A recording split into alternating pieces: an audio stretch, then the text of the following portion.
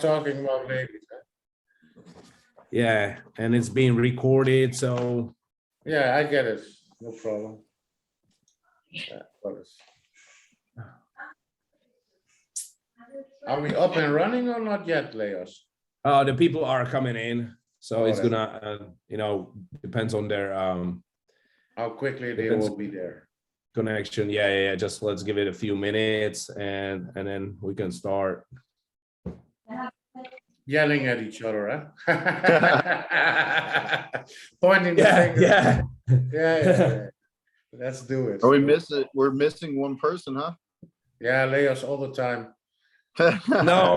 Are you referring to Jason? Yeah, Jason. Jason had a business that he had to attend, so he couldn't come in. So yeah, he couldn't come in, but it's okay. He was gonna talk about a little bit about fighting in general, because people do not realize how close it is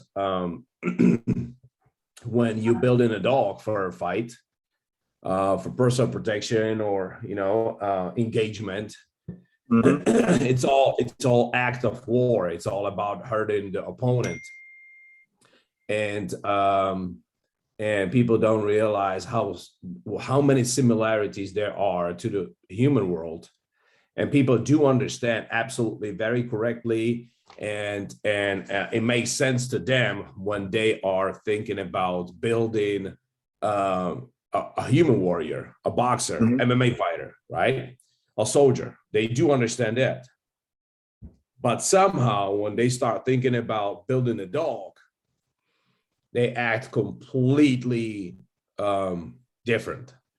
Everything is out of context. Do not have no clue about the intentions, and nothing makes sense when you look at them when they're building the warrior dogs. They do have absolutely good idea or the proper idea about how to build a human warrior. So I had Jason, he's my MMA coach. Mm-hmm. He's an absolute beast. He's a monster. So I had him to come here to talk a little bit about how it works when you're building a fighter, and when people listen to how you're building a human fighter, they go like, okay, so why am I doing this stupid stuff with my dog? But I don't know. We'll get to it. We'll get to it sooner or later. Let me check on Wayne if all those guys are in or not, or what's going on here.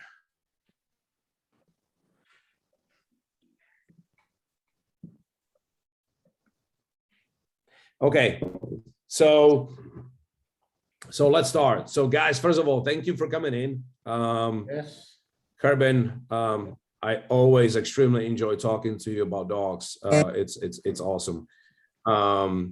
And so thanks for coming in. And I would like to start with why are we here today? And that is building a dog in a bite work. I will gradually get to different biting techniques or tools that people are using. And it's going to be interesting to see. We have a Kerbin, who is obviously one of the best when it comes to bite work, one of the best trainers in Europe. I know Kerbin has an absolutely phenomenal talent to start up puppies. The way he starts young dog puppies, how he opens them up for the right mentality, the right mind, and bite work is absolutely phenomenal. He has a gift from God. Mm-hmm. So and Kerbin has been doing this. His father was doing it. Now he's doing it. I think Kerbin, correct me if I'm wrong, you're second generation in this, correct? Yeah, second. Okay, so we're talking here about 60 years of experience in training.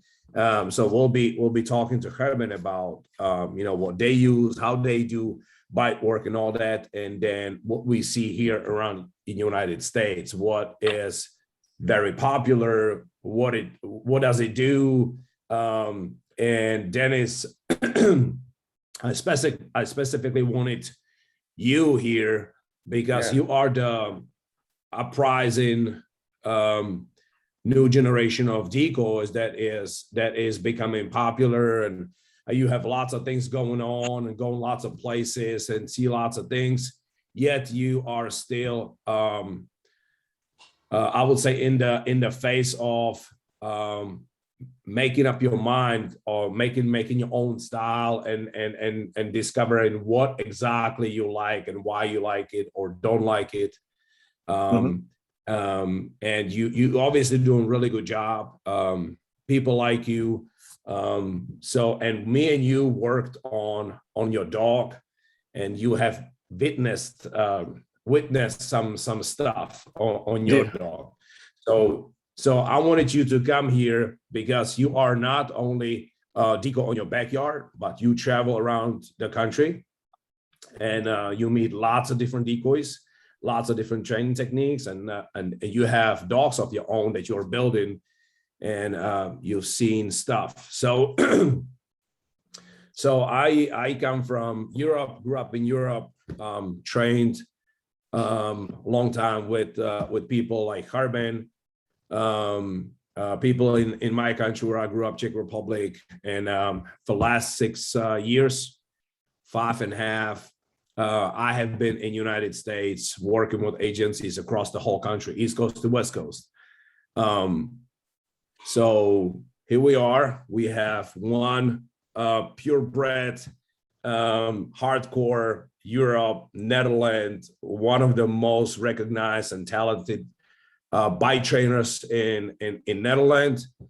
We have upcoming uprising decoy here in US, and then we have Ahmad. That's both, right? Yeah. So let's start, Kerben, if I can ask you first question. Yeah, go ahead. When people ask you about bite work, what do you believe it's most important bite work? Starting with, what are you looking in a dog? What are you looking for in a dog? What is possible, what is not possible to build in a dog, what must be given by either nature or genetics. And then, so let's stay with that, right? And then Dennis, the same question. And then I'm gonna gear it towards particular stuff, particular training techniques, and let's break each down and talk about those. Okay, I do my best. You asked me what I look for when I start with young dogs, puppies, I think. I think it starts already when I breed a litter. Because when they start getting solid food, I try to get drive from them out of frustration. And by looking at the litter, and of course they copy, one starts, then the other, then the other. I can start working them. I do it mostly out of frustration behind the fence. Then they get reward, they get food, and they can sleep. I do every day a little, 2 times a day. And I already look and select. So this one I like, this one I like, this one I like. Sometimes I like a lot from the litter. Sometimes I like only a few from the litter. Everything, of course, started by selection of the parents of the litter, because I strongly believe in a wide spectrum of genetics. So I look for not only for a good mother, but we just talked about a female, and I know that from that female, 3 already sold to KLPD, quite heavy testing, young, year-old, medically must be perfect. So in my eyes, that makes it more valuable for breeding, then if you just get one from the litter, it's super nice. And the male is, you don't know brothers, sisters, you didn't see them and breed with that. So it already starts with selecting, I think, is the first step. So I always look at brothers, sisters. I always know as much as possible about the medical history. So there's a lot of study in that already. You then also know if a litter is, if the lines are really genetically strong biters by genetics. Right? There is a lot of difference in dogs who bite.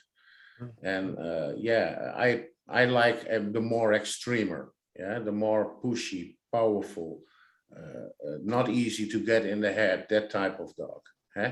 And for that purpose, I also breed. And I also look when I start with puppies and building the drive up from 4 weeks, 5 weeks off, I already look for that outgoing character, a dog who already shows then dominance, easy angry. That is a little bit what I look for. Then I take him out. I first do the whole litter, then I take him out one by one. And then you see differences also. So work him then on the chain, every dog on the chain. I do jerry can to build the drive, then I give a grip, and then I can also already see which dog has a real good grip, real pushing grip, or is pulling, or is nervous, or is not so clear in the head. I see it then already with 6, 7, 8, 9 weeks. So it's continuously working and selecting, selecting. Because if a dog, in my eyes, don't have the brain for biting, I can work him in every kind of way, but he will never be the dominant, brutal biter, what I want for me.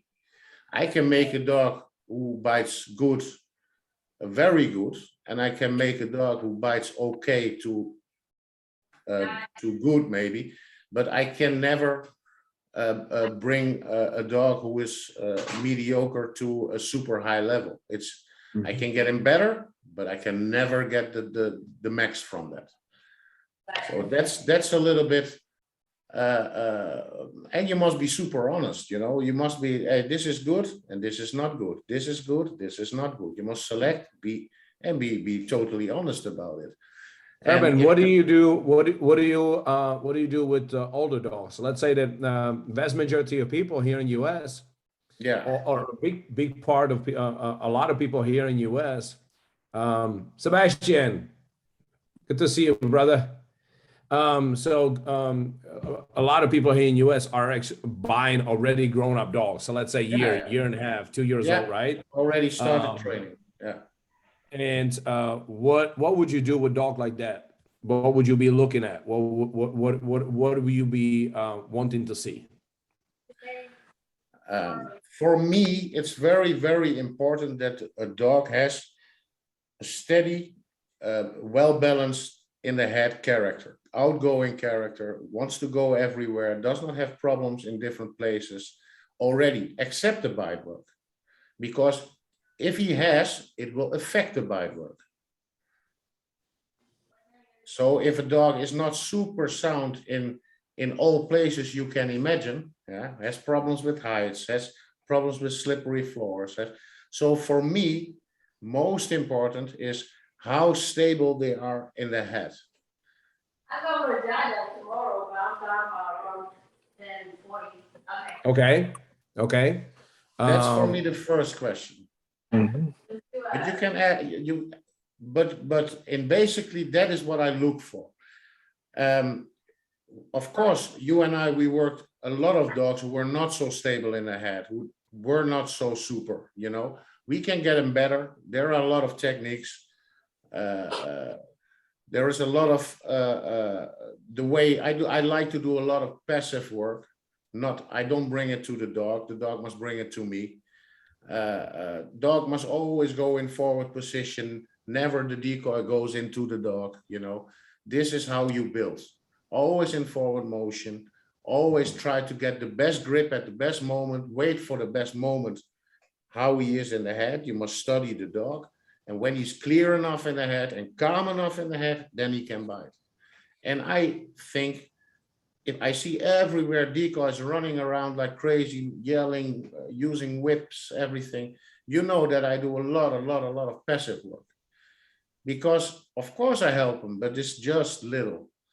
Because if you give everything to a dog and you make him only more crazy in the head, more nervous in the head, and he can never give you that full, calm, hard pushing grip. Never.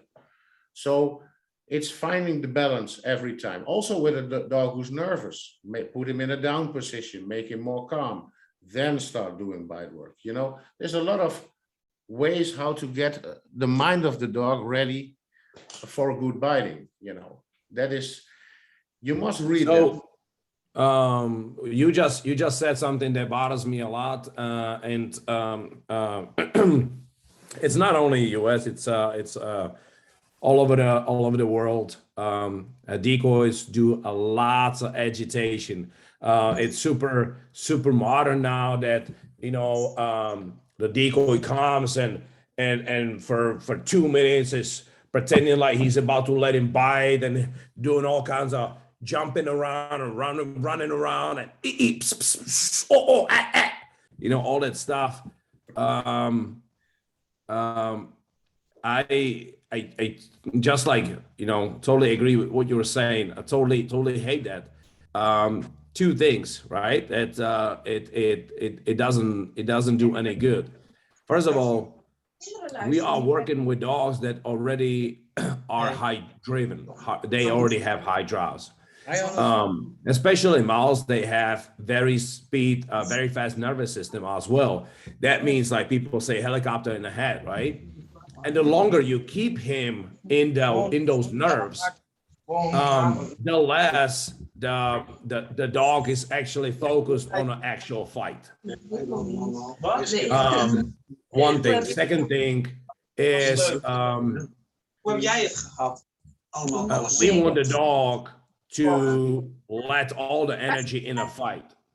We don't need him to get gassed out in front of a bite, be super high in the nerves. And you see that a lot in Schutzhund and all those trainings when they cracking the whip and all that stuff. Dog is barking there for 2-3 minutes, and once he actually gets bite, he doesn't know what to do with it. He's fucked. Yeah. I think what the strong point is always find the right timing, the right balance. If you have a dog who's extremely high in drive, and you have dogs who are extremely high in drive, they always bite super hard, super full by genetics. You have them.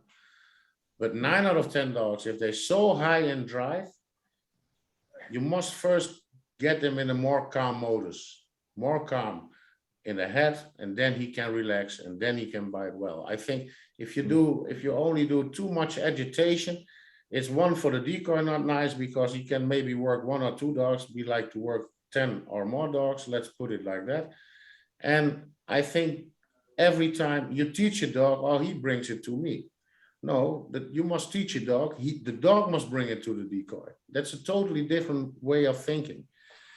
If he does not do nothing, he gets nothing. That's how it is. So, and that is how, from that perspective, I work. And of course, how can I explain best? Of course, I have good sessions and bad sessions with every dog. I had super dogs. One time a session, not super, but you know, I try always to end well, to make the last bite count. You know, that is, the dog must always win, because you cannot make a strong warrior, what you just said in the beginning, if that strong warrior every evening gets a heavy beating, you know. So that will never make him stable in the head. He must eventually every time win. And we must get the work from him what we expect. And that is a little bit training. Dennis, what's your take on that? Man, I agree. I like the idea. I like the dog bringing the fight to the decoy. I see a lot of guys that dance around and buzz their lips and do all that. And that's something that I've never really gotten comfortable with, you know.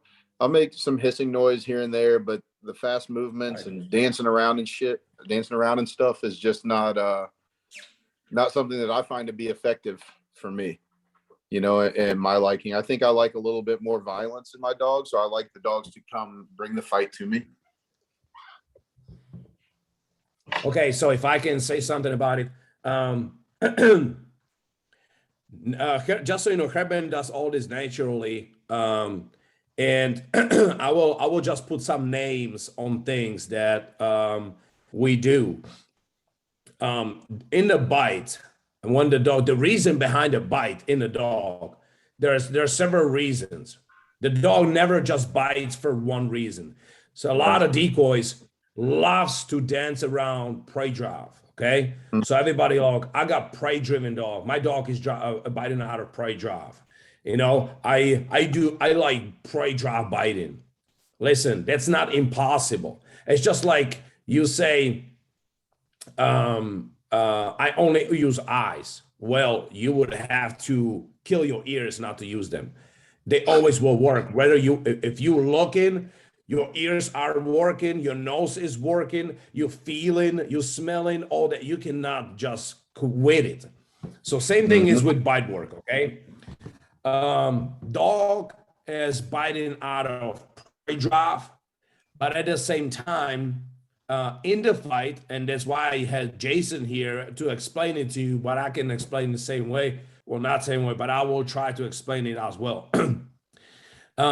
You know, if you ever fought or if you ever had a brawl with someone, and let's say, Dennis, you're a big dude, right?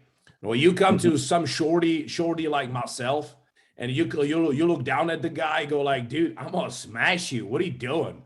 I'll blow you like a candle. Stop, right? And then so you come with absolute confidence, right? You come there with natural aggression, dominance, like you are the dominant in that position, right? Right. Imagine that as soon as you get in a fight, that sucker, that dwarf is so fast and knows what he's doing that you realize that you're not the hunter anymore, you're being hunted. Right. Right? What happens in you? Well, inside of you, what happens is a fear kicks in, right in the middle of the fight. Right. That's why us as the decoys, we're putting pressure on the dog. Why? We are, I'm sorry, right here, real quick. We are adding pressure, and when we add in pressure, we have to be careful about the edge, how much pressure you're putting in. Because if you overdo it, what do you see on the dog? The bite gets weaker, dog starts rebiting, the entire body position changes. And that means that from confidence, the dog is shifting to fear, aggression. Okay? Bite out of fear is going to be completely different to bite out of dominance, right?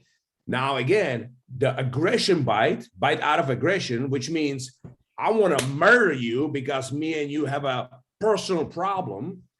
That bite is also going to be completely different to bite out of prey drive. Prey drive is clear head, relaxed body, but really wants to possess something. This is mine, right? Natural aggression or dominant aggression is me and you have a problem. I want to hurt you. Right. So I believe what's important is that we all have to understand that all these things, prey drive, natural aggression, fear aggression, and what's also important, that's where Herman is absolute genius in this, is to understand the nervous system. If the dog is very calm, how to lift him up. If the dog is crazy, how to calm him down in a bite, right? Because nerves can mess up a lot of things, or they can help you a lot, right? So this is what bothers me on decoys out there, because no matter what decoy you see, or I'm sorry, you'll see a lot of decoys that no matter what dog you're going to bring, they will do exactly the same routine. Right. But no dog will be the same. Every dog's gonna be a little bit more in the aggression part, a little bit more in the prey drive, no aggression, a little bit more prey drive and super low nervous system, or prey drive and super high nervous system. With every single dog, you will work differently. Right. So I just felt, you know, because when you're watching Herben, you'll see that, again, he's gonna bring a dog, he'll be different with every dog. He just never speaks about it. So that's why I thought it was really important to tell decoys out there that they have to recognize all these first. They have to know that things like this exist. Right. Then they have to recognize it, and then they have to be able to understand it in order to work with it. Yeah, so that was it. Right. Yeah, I agree. I feel like a lot of decoys that I see everywhere approach each dog the same. You know, I don't think a lot of us here really think about the nervous system and how it affects the dog.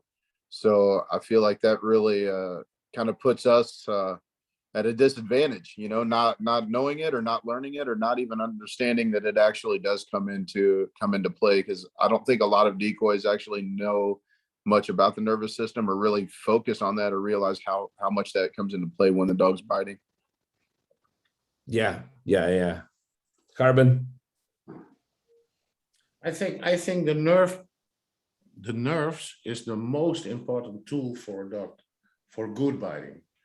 You talk about aggression, of course, you talk about dominance, you talk about outgoing character. Yeah, give it a name in English. My Dutch is better, I think. Stable in the head, but you must try to create those things for the dog.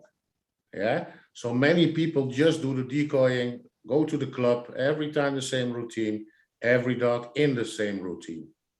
Everybody stick attack, everybody, the puppies are worked, every puppy is worked in the same way. 5 puppies there from different combinations, totally different characters, different ages. Every dog gets on the same way, they get a grip, you know. I look at the puppy, I play with it, hey, give it, put the sleeve on, feel it, or push it. This one, I put a little bit more pressure on. This one, I let him win quicker. You know, this is, you go through all those steps, but not only with a puppy, but also with an adult dog. I put pressure on him, what you say, we want pressure on the dog, look what he can take, but it's also, every day can be different and every situation can be different. I think the best way is work a dog in every possible way you can find. So you take him in a car, you go to a place, oh fuck, it's nice here to train. You go to a building, you come, oh, it's nice here to train. You go to the train station, it's nice here to train. Put him in all kinds of situations you can imagine. Not work him in the club, not work him in the field, of course working with the field, of course working with the club, but also look for more opportunities. I think that's the most important thing, because a dog who's super strong on the club can be nice in a building, but can show bad things if you go to the industrial area where machines are running and you give him a grip there, you know. So it's reading the dog, know what is every dog has pluses, minuses, every dog. Look for the minuses, look for the pluses, and start working with it. And the ultimate thing is, I want to jump in and just say a little thing that you know, when I actually really seen working with nervous system, and again, Herben does a lot of things. He doesn't name it or speak about it, but he does a lot of things out of nature. Like I said, he's very talented. And so first time I actually realized something like that is we were working with puppies, and and just ask yourself, guys, how many times you saw working people with jerry can? Working decoys to work puppies with jerry can, right? many times. I've seen a bunch of people. And when I ask them why, they say, well, that's they really give you a kind of vague answer. Doesn't really make sense. But when I was watching Herman many years ago, we had a puppy there, bunch of puppies, and then one puppy, Herman came, just gave him a sleeve, barely moved anything. Herman barely moved, like he was acting like he's 98 years old, right? The puppy killed that sleeve, and the slower Herman was working with him, the more the puppy was mad. Like mad, we're talking about the more power he was putting into it, right? Then there was another puppy, and Herman just came there, looked at him, and went to the house and brought a jerry can. I was like, well, what's going on? And the puppy was kind of like mediocre, doing this, didn't really look like he's excited about biting. Herman brought a jerry can. That puppy has turned from mediocre into a madman. He went from 0 to 1,000 in a split of a second. His biting on the jerry can was insane. And that was the time when I realized nervous system is a great, huge tool if you understand it. Because, and then Dennis, that's what we were talking about yesterday. You have a female there. Right. Saber. Same thing, right? So if her nervous system is calm, there's not much in that female, right? Right. But once you activate the nervous system, she becomes a murderer. Right. So that's a prime example of where people do a lot of stuff. They don't know why they're doing it. And imagine if you have a dog that's already high strung in the nerves, and you come out with the jerry can. You're putting so much pressure on that nervous system of that puppy that the puppy can't take it no more. Right. So how many decoys do actually pay attention to how much pressure that means, amount of stimulation on the nervous system they are putting in? I've seen decoys that they have dogs that are already through the roof with the nerves, and they still cracking whips and having them on tables and teasing them to the roof. Dog is already losing his mind, can't see, can't hear, tunnel vision, already lost his mind, and they are still working on getting him crazier and crazier. Right. So that was just to touch the topic on those on the nervous system, which I believe is extremely important to understand. And sadly, I don't see no decoys out there that would actually pay attention to it. Yeah, I feel the same. A lot of decoys don't see that. They don't pay attention to when the dog is peaking. So they'll go past that peak and give the dog the bite as he's already started to come down. So essentially teaching the dog, you can stay here and I'll give you the bite. You don't have to come up here. Yeah. So speaking of that, let's go to the main topic. The reason I have decided to do this interview, Herman and Dennis, is I see lately, and it bothers the heck out of me, is work on a table.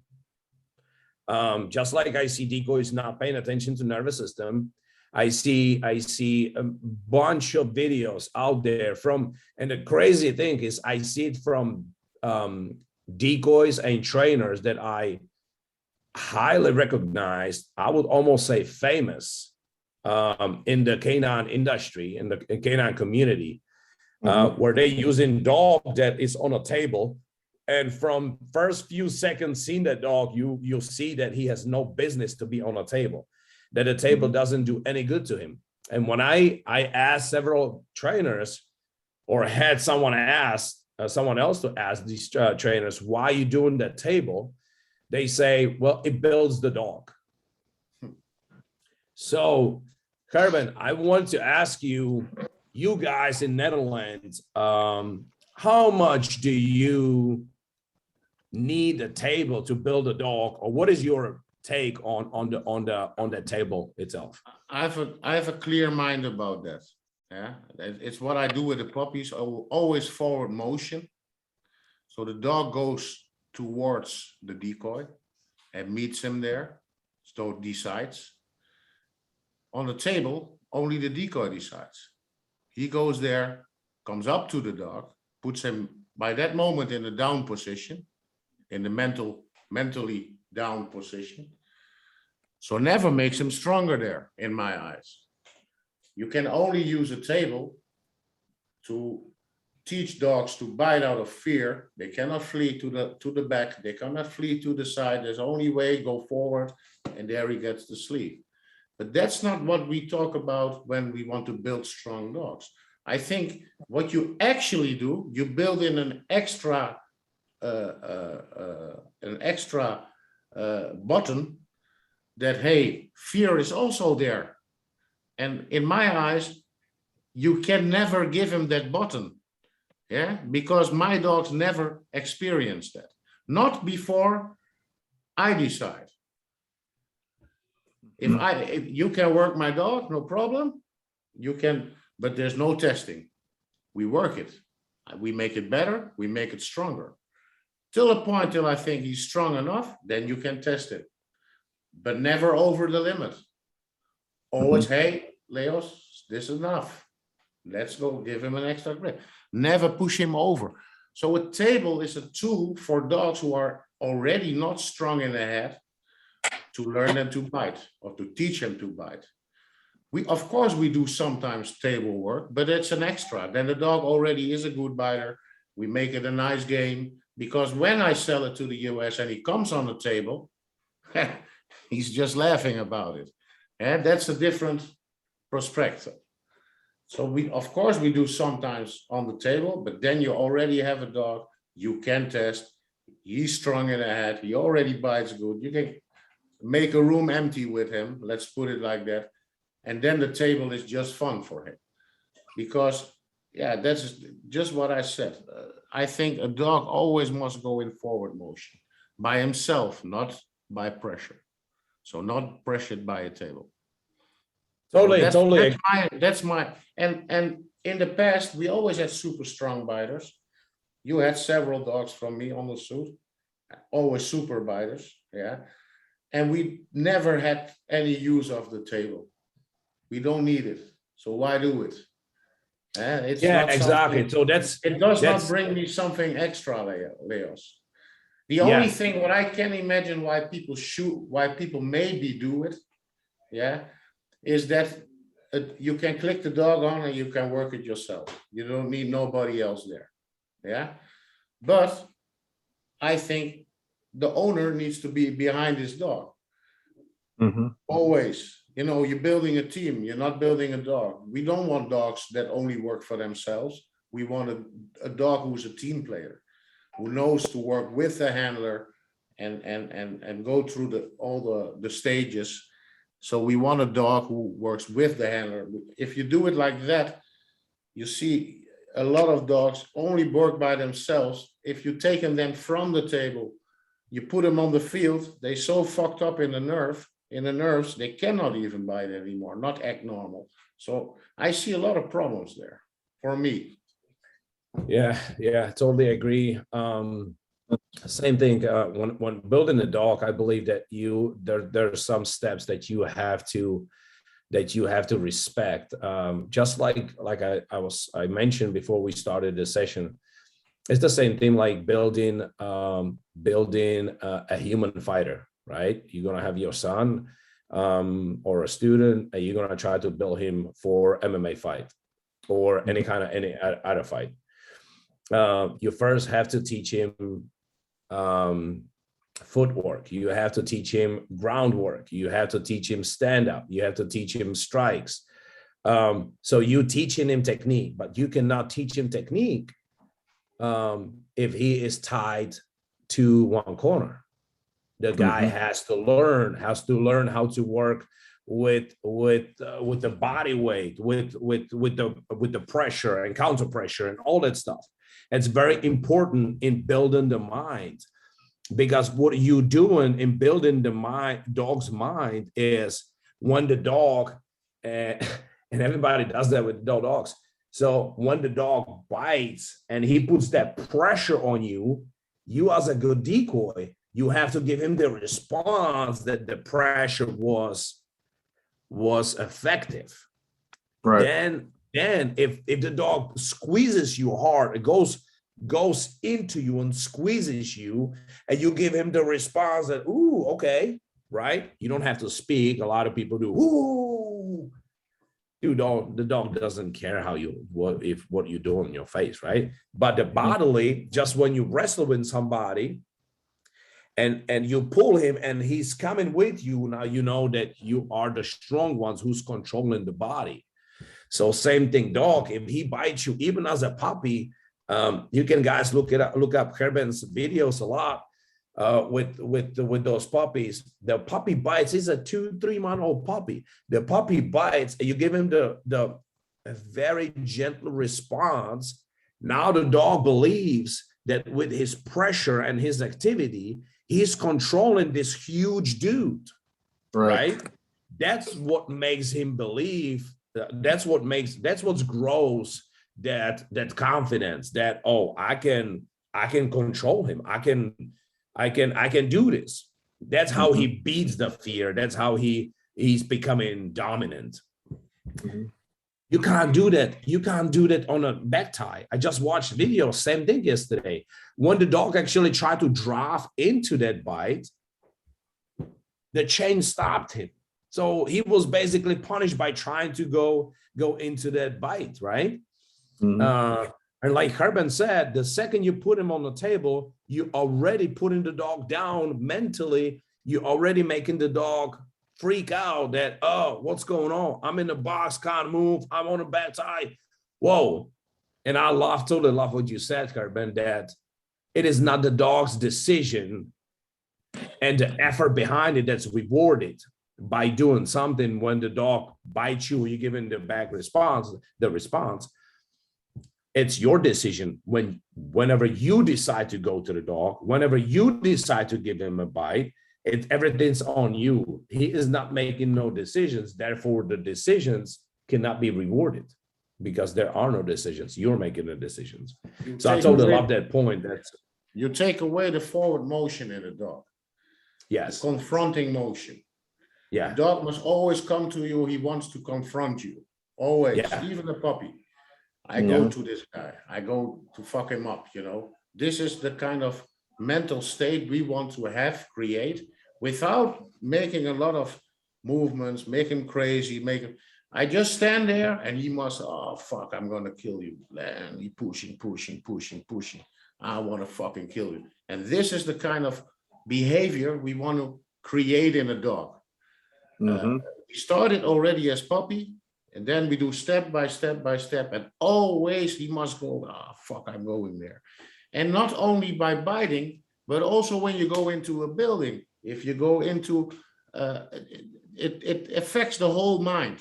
Because if you one time get him in biting in that forward motion, you see them also environmentally a little bit more different, you know? So you teach him to go in forward motion in biting, you teach him to go always in forward motion in difficult situations, because you can create it, you know. If I go into a building, I take a jerry can, he's super crazy about it. I see him a little bit as young puppy, look in the corner, what the fuck is that? I throw the jerry can in the corner, boom, and he gets his reward there. What he first looked a little bit strange about, I already changed the mind then already. You know, there's little steps you do to create the dog you want to create, you know. Okay, so Dennis, I'd like to ask you, you just recently went through some experience with Richard. No names, no nothing. I was going to post the video, but I couldn't manage to blur the faces, so we're not gonna post that video. Okay. But if you can shortly tell people the story, what you went through with your dog, and what do you think about it? So he was on the table. Hold on, can you maybe start just the whole from the very beginning? So from the beginning, so it was a regular training day for our club, and we had a friend come out who's another local decoy trainer, and I decided to take Richard out and work, which is probably only the third time he's worked in months.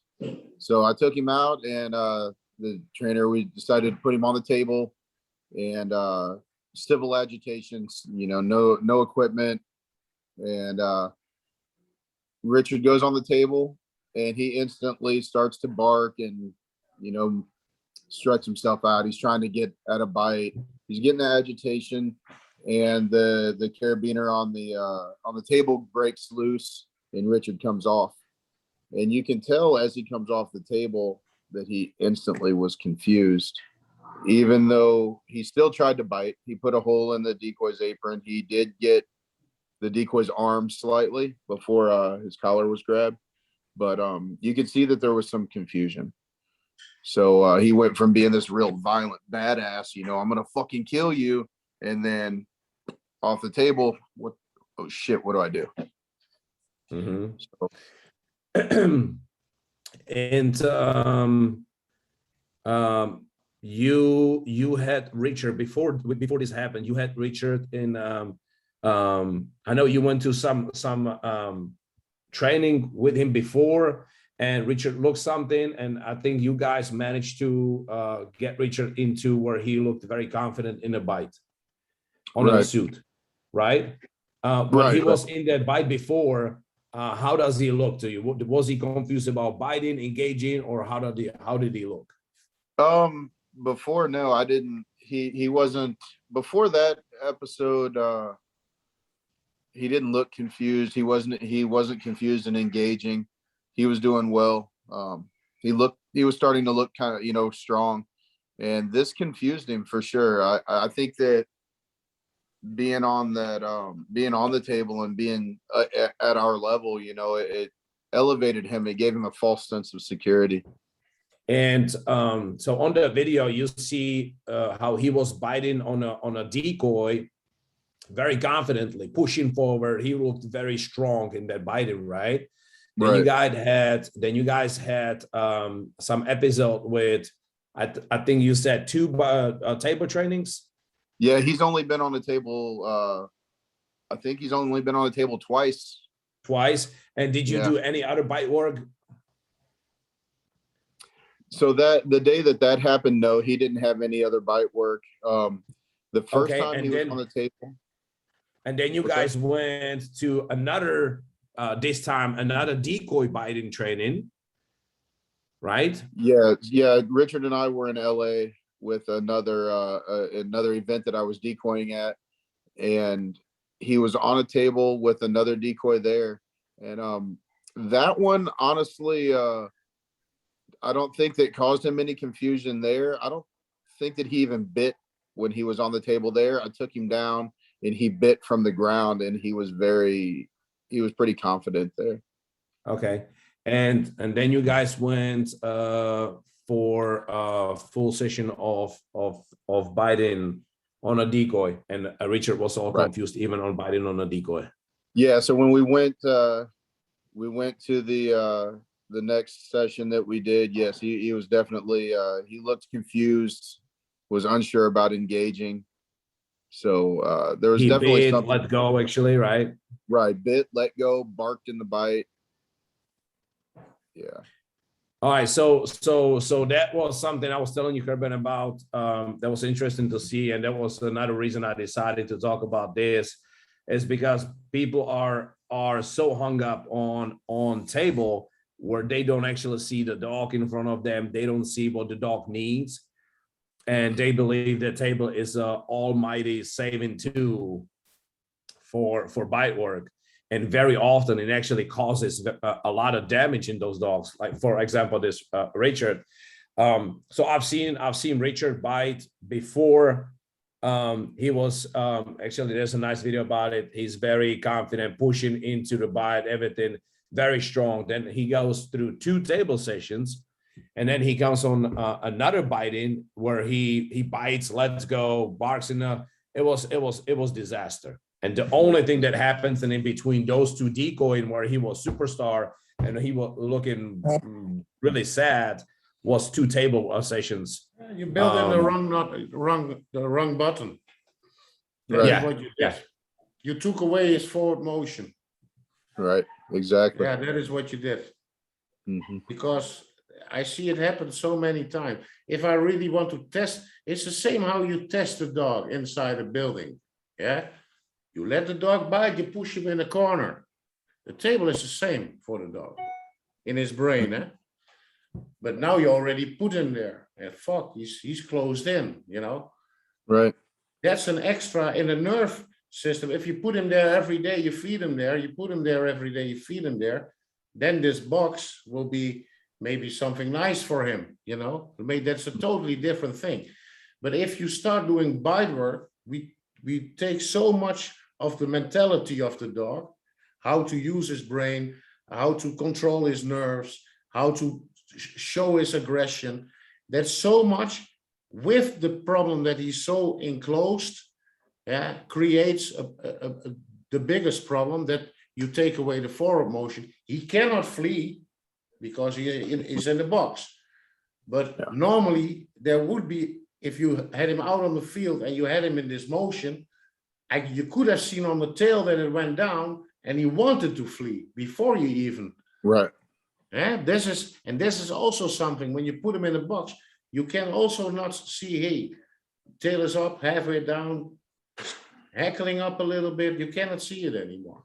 You know, so that I think a table is in my eyes, it never brings me something good. Let's put it like that.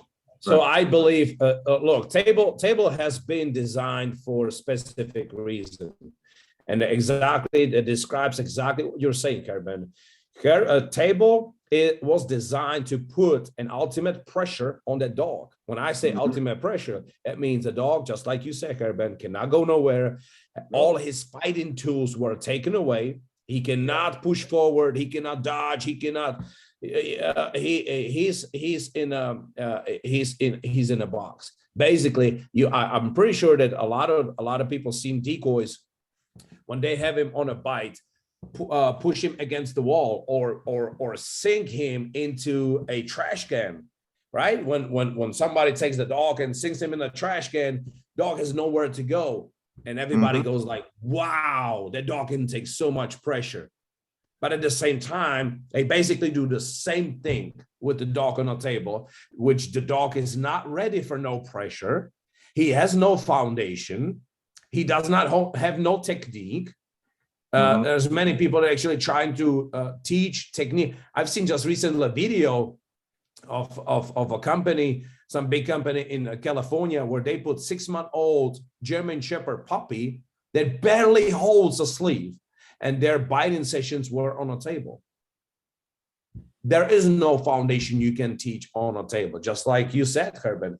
The foundation is in creating that forward motion, the mentality, the entire complex of understanding the fight.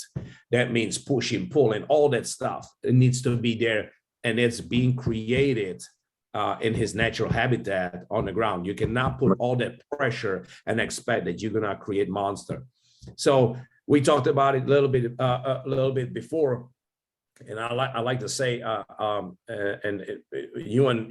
you and I see the table, same thing. You have a dog that has very good foundation, has very good technique, is already experienced, has already nerves capable of handling stress, and only then you go and use the table to bring a little bit more fear on that dog, where he already has tools to fight against the fear, though. He already has the tools. So just like you said, Kevin, before, table is at the end to spice it up a little bit and maybe bring a little bit more seriousness into it. But the dog has to be already equipped in every which way for that level. Right. So what is your opinion on using a table strictly for even an open table, not even a box, an open table, to teach a dog correct targeting instead of just starting at the ground? What do you think about that? Is that on me or Herman? Both. Let's start with Herman. Yeah. Okay. What is targeting? What is targeting? Well, Yeah. so targeting is specific. If you choose your initial target is going to be a bicep either side. But why do you in sport? I did KBV a long time ago. No, just joking. But then spots is very important. Yeah, because if you give a dog a steady spot, always the same spot, it makes his mind not go to the whole decoy. It goes only to that spot. He has only to concentrate on this spot. If he does that, then the rest he will not look at and he will be stronger. That's the point from putting a dog on one spot. Because he must concentrate to go to the spot. And if you really put pressure on him by really run into him and really hit him with a stick, then this is his comfort zone. Yeah. So that's why we put him on the same spot. And this is how you build. If he always, this is his comfort zone. So here he feels happy. Whatever happens, here he's always okay. And this is how you teach targeting. And because the rest is not okay, because I punish him for go to a different spot, yeah, I make that spot okay. Because this eventually, and always on the right leg or on the left leg, on the flea attack, always in halfway on the leg is easy to help him. It's easy. It's always a little bit movement there. It's easier for him to get a full pushing grip. Those spots is so important because and you teach it by letting him bite every time and let him feel comfortable there. And then the next step is targeting. But then I had so many dogs, if I put him 50 times on the spot, and then I make the distance and I let him go. First time, okay, he doesn't know he's running free. Second time, he already, hey, and the third time, hey, and then he flies, you know. So the more comfortable he's on the spot, the more flyer, the more confident attack. Absolutely. Yeah. So if I may, something about this. Again, Herman just mentioned that, you know, Camp PV Sport. Those that follow me know that I like really strong and real dogs, right? My vast majority of my work is with law enforcement. And that was always my passion my entire life. That also goes for personal protection dogs. Personal protection dogs, dogs that you are using in law enforcement. Targeting. Do I use targeting myself? Yes, but for very, very short time. Because when building a dog, I believe exactly what Herman said. You first have to make him feel comfortable with the bite. That means he is focused on this, just like Herman described. He is building the confidence and he does not pay attention to this big body. However, from then, I stay there a very short time. And then from them, once you build the mind of the warrior, which with dogs that have good genetics takes a very short time, I shift that bite into anywhere around the body at the ultimate level is that the dog makes his decision where to bite, regardless what he's being offered to bite. Right. I just saw a video. There's some guy coming to California doing a seminar, and his videos are when dogs are coming at him, he's in a bite suit and he offers sleeve to the dogs, and the dogs are taking the sleeve. Yeah. Is I've that seen what that you all the want from your personal protection dog? Absolutely not. Two Absolutely. reasons. Just I'll give you a little short story. When I was in Czech Republic in a prison service, I had a discussion with guys because a lot of guys were still working sleeves and all that, or cushions for biting. I said, this is totally crazy, especially for prison service. I said, I can have no suit and your dog will never bite me. I will manage to run away from this facility, jump the fence, even when you send the dog on me.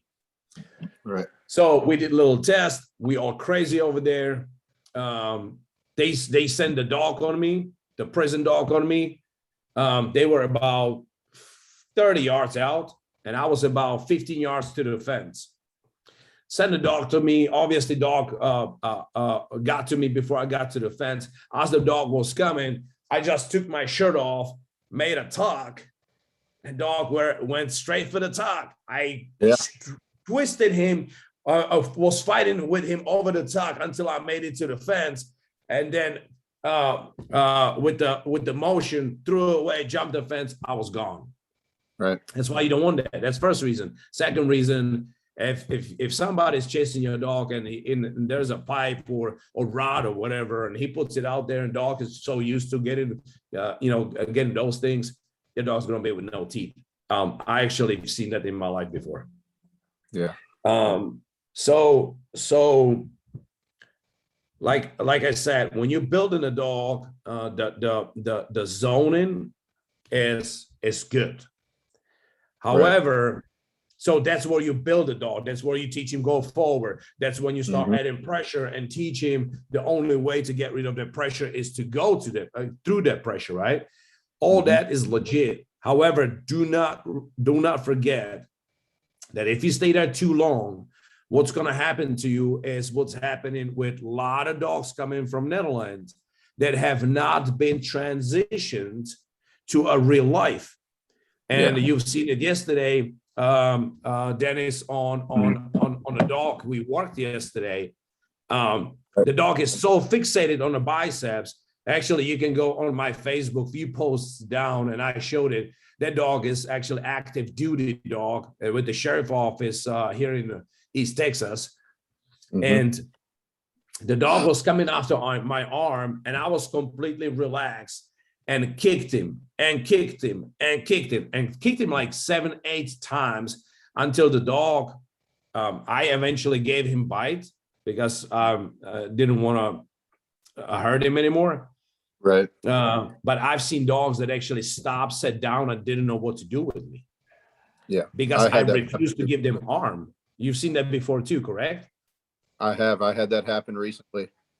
Exactly. So for all those out there that are training dogs for personal protection or any kind of application in a real life, understand the system. Build your dog through targets, but do not stay there too long, and always go to start using the warrior inside and transition into a real fight. Right. And Kerben knows this well. He has transitioned many dogs for law enforcement as well. So he knows exactly how to transition dog from camp PV sport to a real life. We just didn't talk about it. Right. Kerben. Next episode we do. No joke, just joke. Yeah, I think but sports is not that important to me because I don't do sport. Yeah. So I do. Last time we let the puppies bite in the front like they do in French or Belgium ring on the leg. I don't know. You guys are supposed to tell me.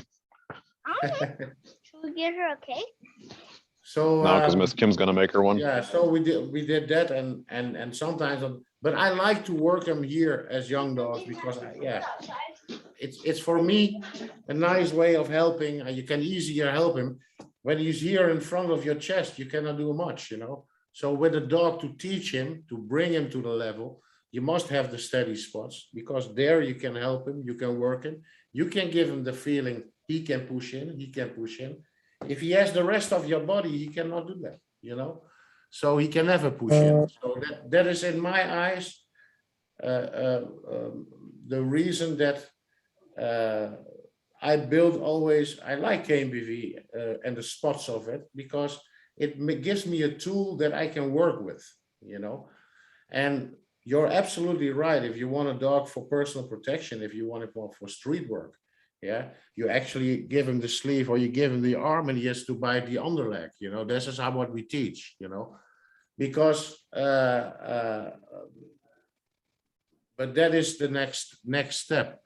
That's when you Absolutely. get the dogs. That is when you Absolutely. get the dogs, Uh, Yeah. Before we go to last question, Yeah. I'd like to tell everyone out there, guys, whoever wants to ask a question, Carben, Dennis, myself, type it in and I will read it and ask that question for you guys. I'm going to real quick put Sebastian through.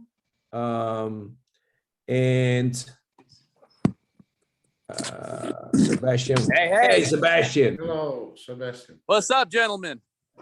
So just to give you guys real quick rundown, Sebastian has his first working dog. He has gotten the dog through animal rescue, correct? That's right. Yep. And Sebastian is his fifth owner. The dog he has is actually one of my breeds. I bred that dog. He comes from my breeding. He was with someone else till about, I think, 7 months old, and then the dog had some crazy story until end up with Sebastian. And Sebastian, when Sebastian got him, dog was kind of shy.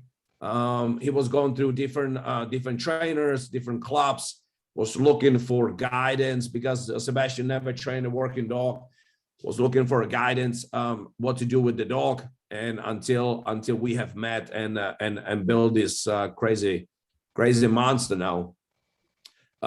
So Sebastian, welcome once again. Do you have anything to say or ask question? Yeah, I think a lot of working dog folks, especially like maybe in the sport side, would ask the question of,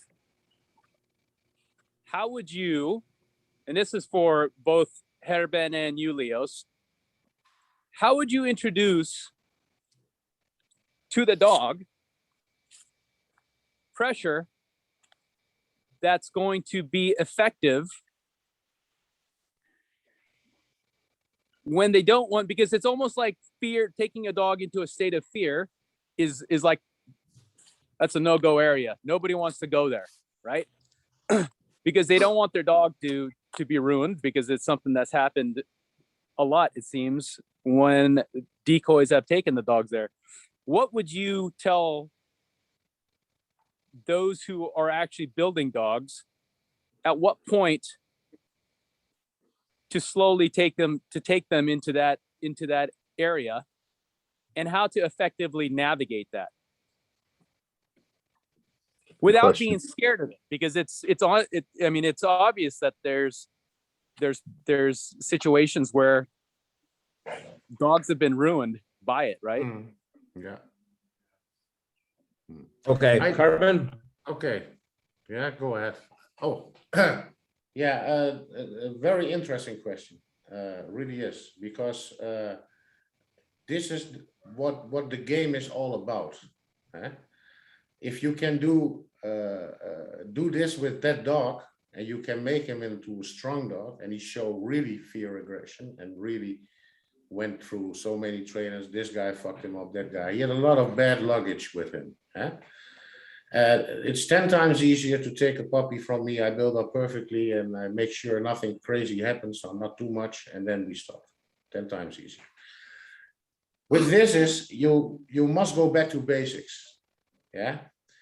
A dog who's totally ruined. I had that in my club. I had it, and people didn't want to sell it. Okay, then we started again as we started with a puppy. Of course, a little bit quicker. And during that time, you read the dog. I think a lot what we do is based on how we look at that moment to the dog and decide what to do with it. It's a feeling, it's a hunch, it's a maybe experience what you did before. Okay, we did something with this dog and that worked. We did this, with this dog, we did this and that worked and that did not work. So it's I think it's a lot of experience. It's a feeling you have to find when you're working with your dog, and your decoy and the handler must be one. That's the only reason you can work with this kind of dog. If you have a decoy who understands what you feel, what you see, what you source, what you sense, and together you make a plan. You try to set him up, you just work him, and where he starts breaking down, you make sure he still stays in the win position. But next time, you know, fuck, there he went down. So next time you're going to do it a little bit different. And this is a little bit a game between the handler and the decoy. The guys that I work with, like I work with Leos also a lot. I think the first time we worked together, he was by accident, I think, at my club, and he saw me work some puppies, and then he came almost every week. No, but every other week, let's put it like that.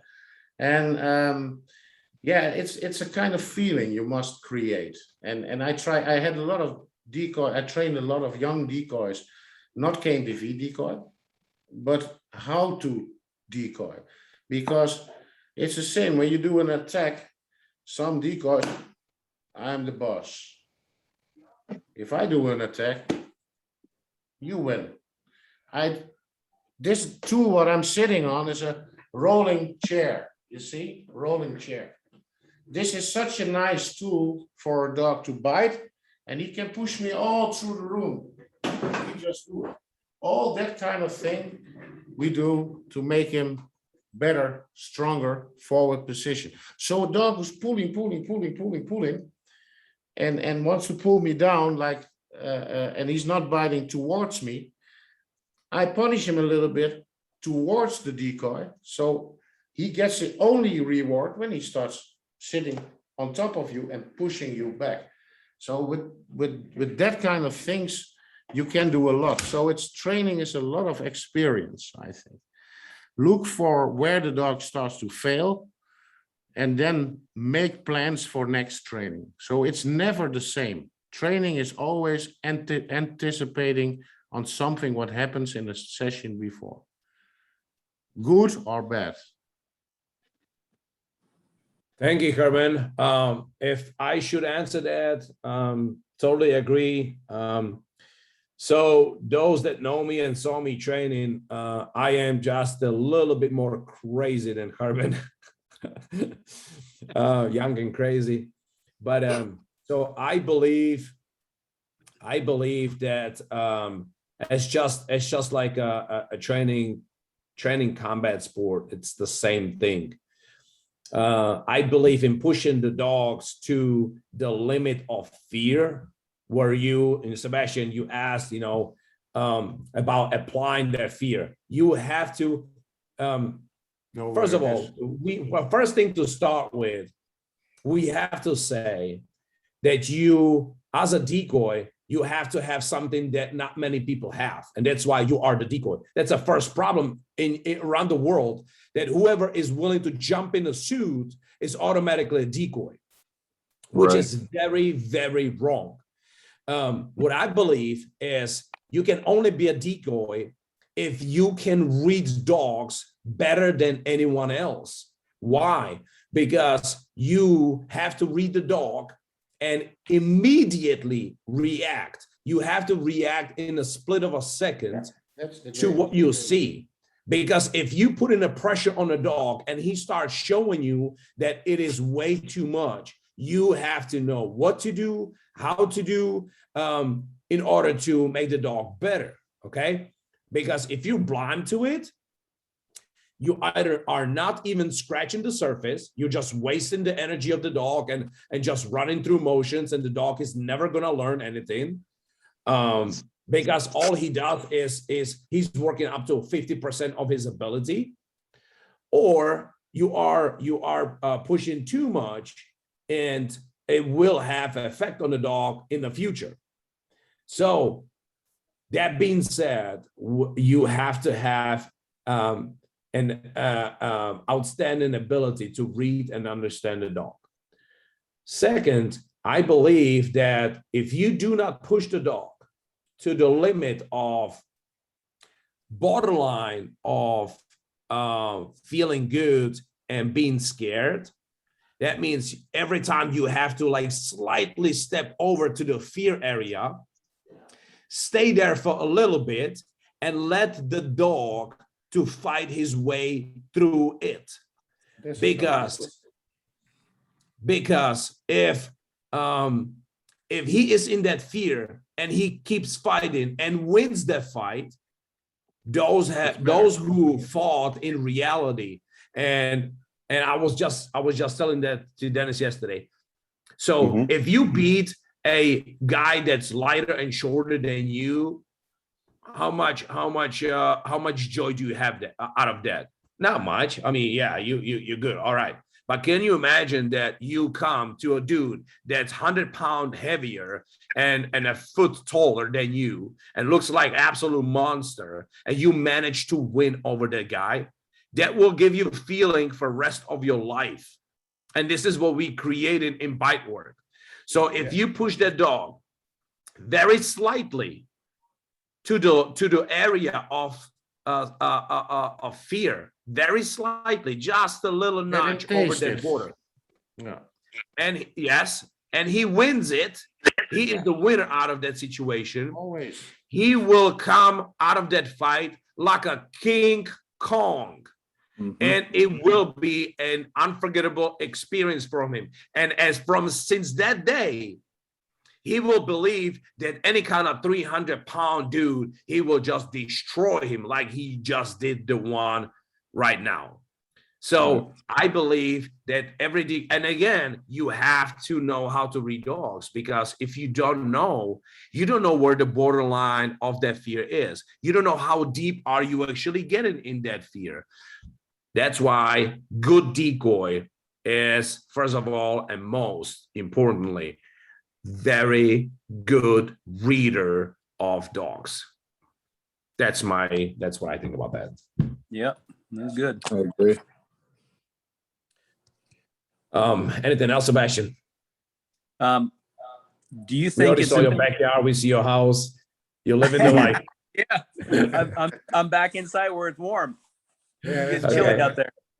Yeah. How important, like you touched on the subject of being able to actually read a dog and understand what instinct is actually active at the time. How important do you think it is for decoys to be able to, I mean, you touched on it, but why do you think it is that so many don't see the dog in front of them and continue to work the dog when like we've seen it, like we see it all the time, a lot of dogs that are tested, right? If I may answer this real quick, and I'm going to use Dennis for this real quick.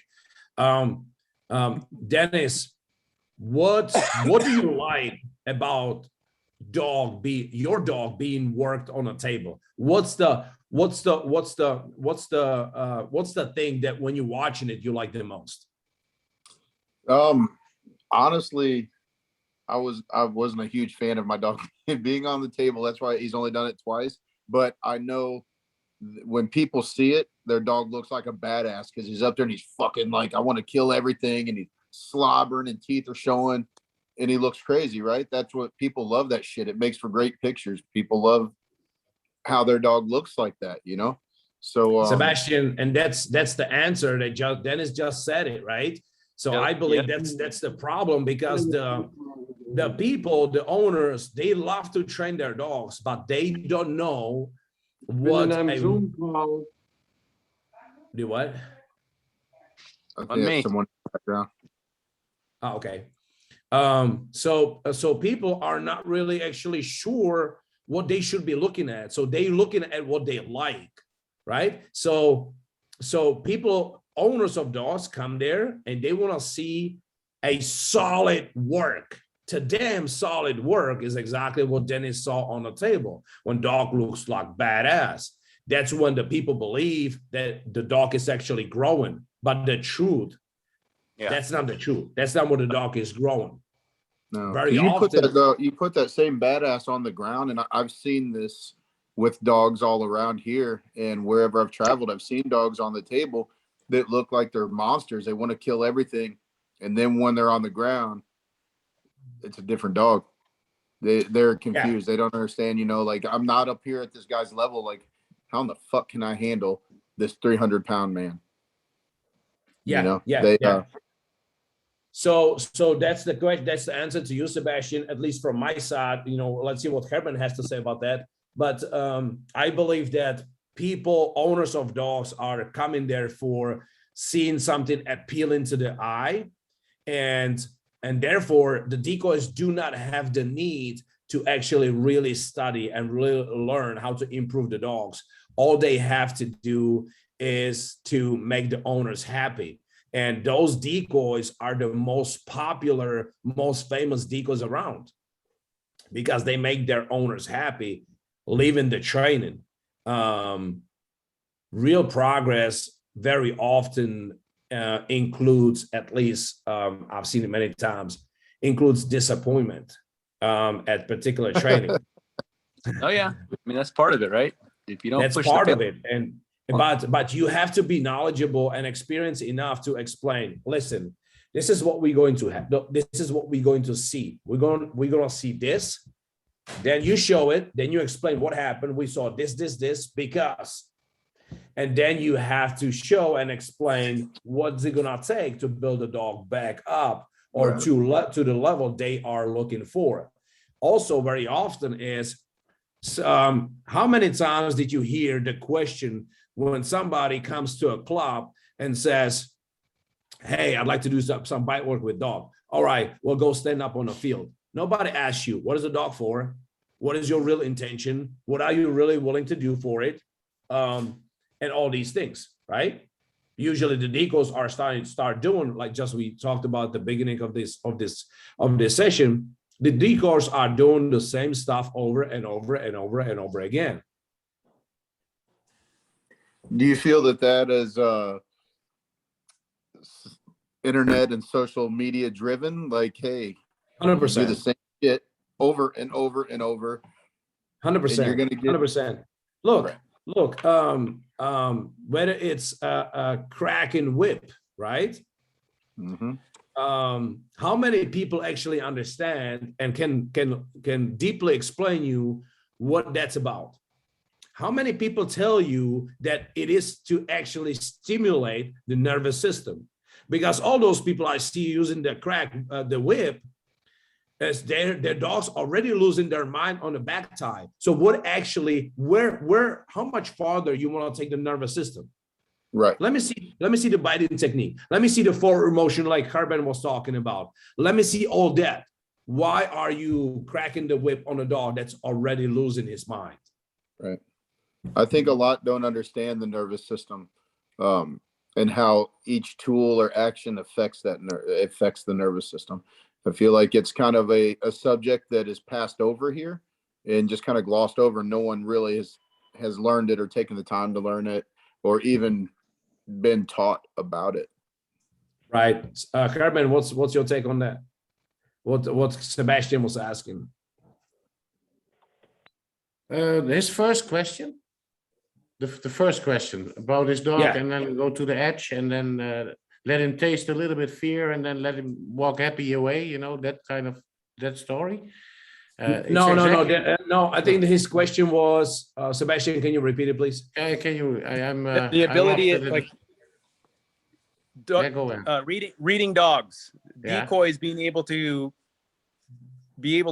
actually Yeah. see what the dog is showing, Yeah. and see what is actually there at the time versus whether it's But fear, what you aggression, see- and then they're treating it as a prey yeah.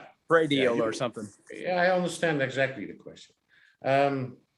I think to be, if you're in front of a dog, and the owner is always behind this dog, I'm always in front of the dog, I can see what he wants. I can see how he reacts. I can see how he moves. I can see how, if he makes him bigger, smaller, tail up, tail down, hackles up, barks, give me a good bark or not a good bark.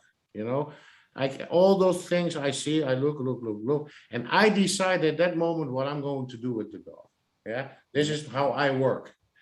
And my intentions is make that dog stronger, not to test him, not to show him off to people because I don't give a shit. We try to get the dog each session better and better and better. And that is our goal. Yeah? And for that, you need a perfect team. And the perfect team is a good handler behind the dog and a very good decoy who can clearly read the dog. And with that, we can work. If we don't have that, if we have a handler who's just behind the dog, doesn't understand what a dog is, and his timing is not right, and that happens also a lot. So I think the team must be good. So the handler must and the decoy must be one team. Let's put it like that. Must be on the Okay, same gents, level. I got last three questions. So Dennis, I'm gonna ask you a question myself. That's gonna, so everybody can hear it too. You will answer this question at last, okay? So I'm gonna just tell you the question and you can think about it. Dennis, you as a decoy, again, upcoming, popular, successful decoy. What are you looking for when you're looking for a mentor, someone you learn from? What is it that you're looking for? What do you want to see? Or how do you decide who are you going to be learning from and why? Okay, keep that question in mind. You'll come at last. We have two questions here. One is from Tunver Mangat. My apology if I butchered that name. So Tunver is asking, have you found it difficult to train dogs with IGP foundation to have pushing grips on the suit?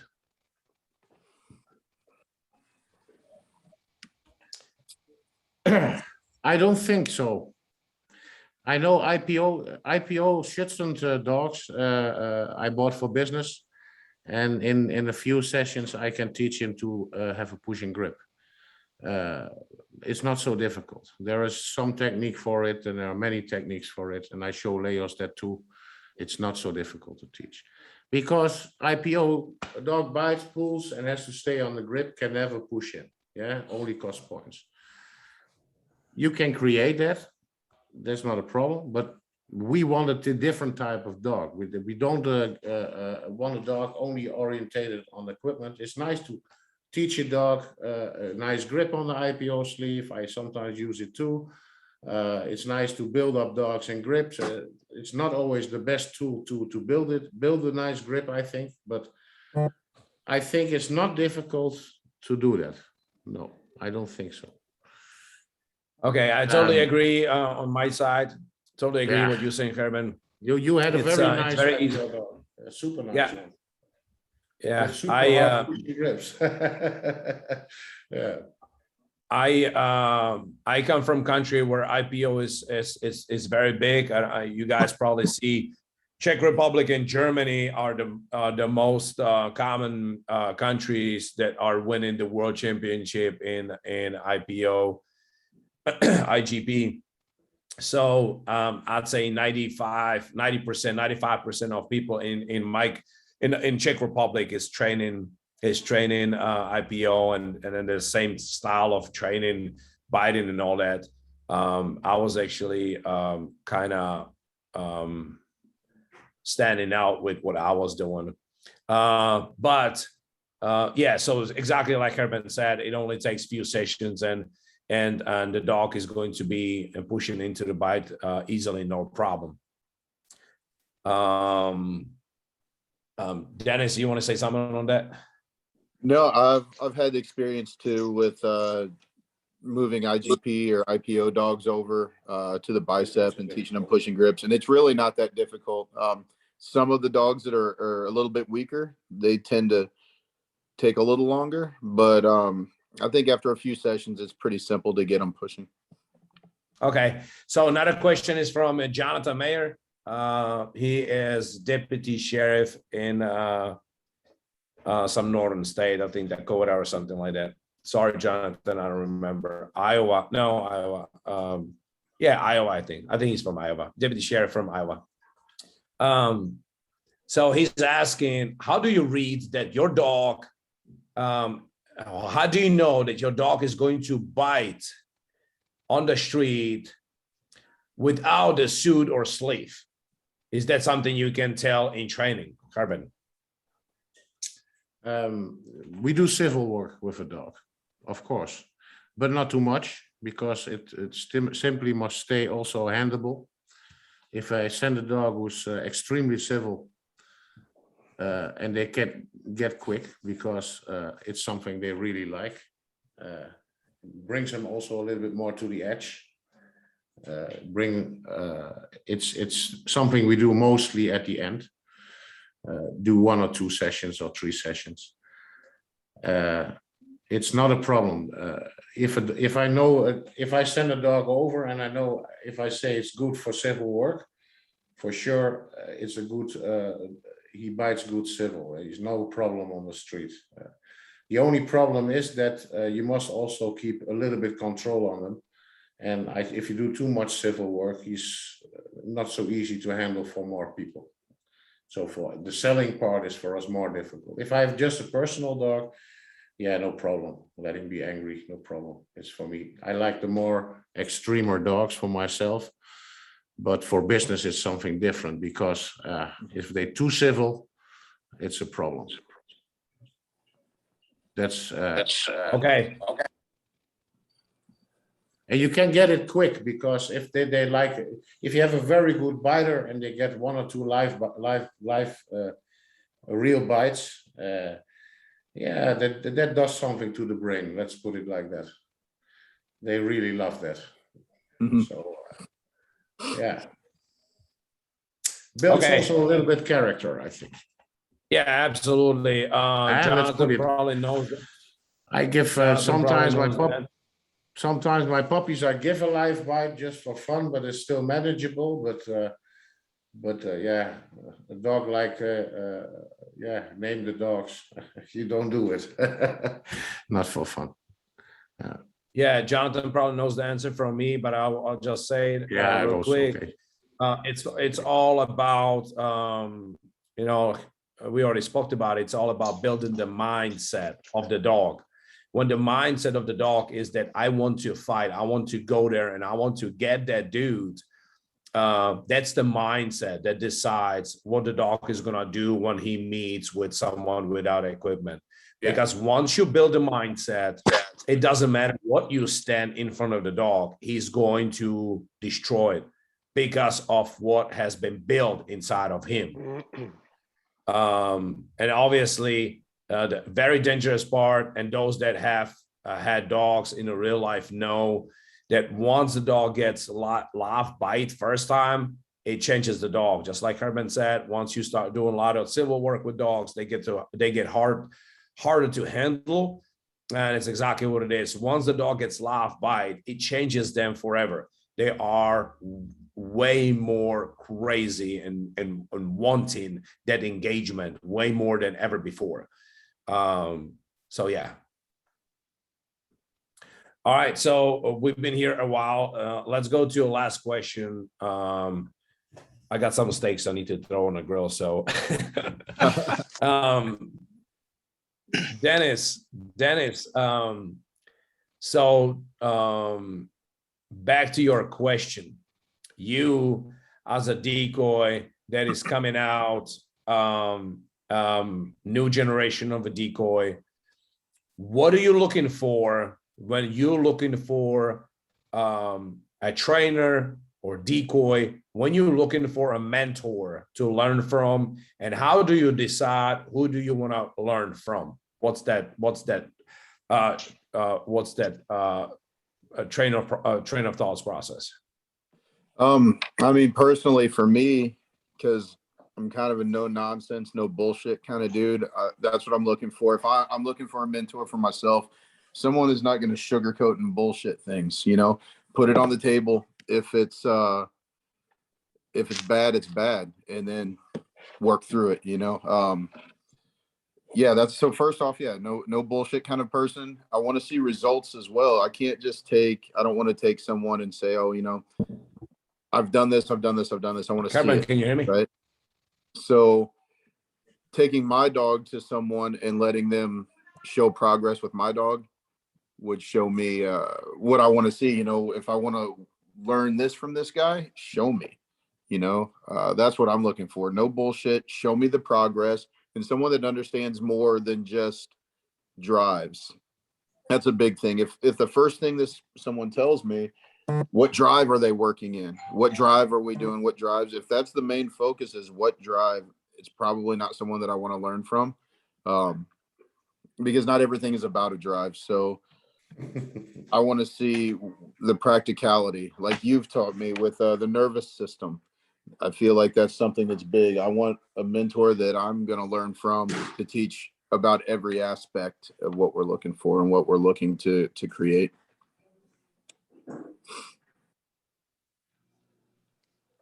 Did he go cook Everybody his? he left for a steak. He got hungry, I think.